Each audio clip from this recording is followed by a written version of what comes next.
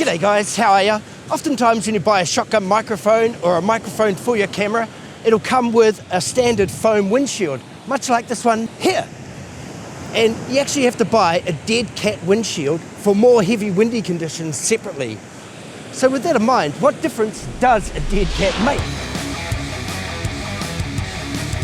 Wow! Okay, so for this video I've come down to what is probably the windiest place I know, right down here at Marketer Beach, and right now it's fairly windy.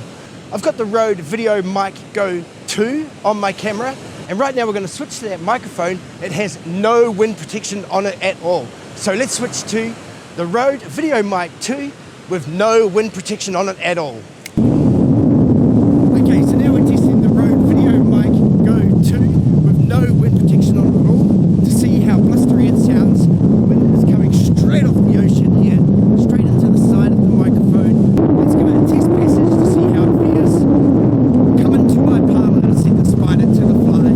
Forever there is something there. How did that sound? I'm going to listen to it when I get back, but for now we're going to put on the ordinary foam windshield to see if it makes much difference to the wind interference. Let's give that a go. Okay, so now I've put on the foam windshield and we can hear whether or not we're offered any wind protection. Let's switch to that now. So this is the Rode Video Mic Go 2 with the foam windshield, which is supplied with the microphone and which will commonly be supplied with microphones that you may buy to go on your camera. We'll run the test passage and see how it sounds. Come into my parlour, set the spider to the fly, forever there is something there. How did that sound? Did you notice any protection or insulation from the wind noise? Okay, so now we're going to try it with the dead cat to see what difference the dead cat makes. We'll just switch that out. Okay, so now I'll switch out to the dead cat windshield on the Rode Video Mic Go 2 to see how much superior the protection from the wind sound is using a dead cat windshield on your microphone. So let's run the test passage. This is the Rode Video Mic Go 2 with the dead cat windshield on it.